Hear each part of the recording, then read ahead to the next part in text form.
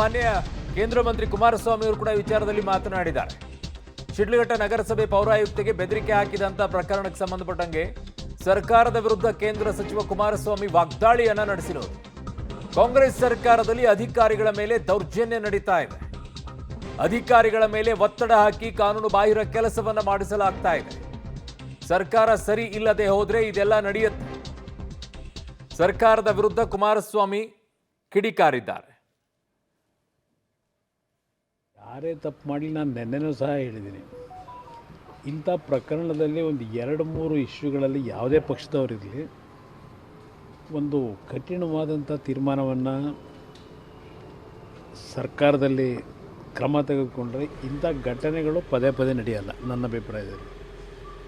ಆ ನಿಟ್ಟಿನಲ್ಲಿ ಸರ್ಕಾರ ಇದನ್ನು ಗಂಭೀರವಾಗಿ ತೆಗೆದುಕೋಬೇಕು. ಇಲ್ಲಿ ಪ್ರಶ್ನೆ ಯಾವ ಪಕ್ಷದ ಕಾರ್ಯಕರ್ತ ಅನ್ನೋದಕ್ಕಿಂತ ಹೆಚ್ಚಾಗಿ ಇವತ್ತು ಅಧಿಕಾರಿಗಳ ಜೊತೆಯಲ್ಲಿ ಯಾವ ರೀತಿ ನಮ್ಮ ನಡವಳಿಕೆ ಇರಬೇಕು. ಹೌದು, ಯಾವುದೋ ಒಂದು ಸಮಯದಲ್ಲಿ ಅಧಿಕಾರಿಗಳ ಮೇಲೆ ಒತ್ತಡಗಳು ಬರೋದು ನಾವು ನೋಡಿದ್ದೇವೆ. ಇತ್ತೀಚೆಗೆ ಪ್ರಾಮಾಣಿಕವಾಗಿ ಅವ್ರು ಕೆಲಸ ಮಾಡಲಿಕ್ಕಾಗಲ್ಲ.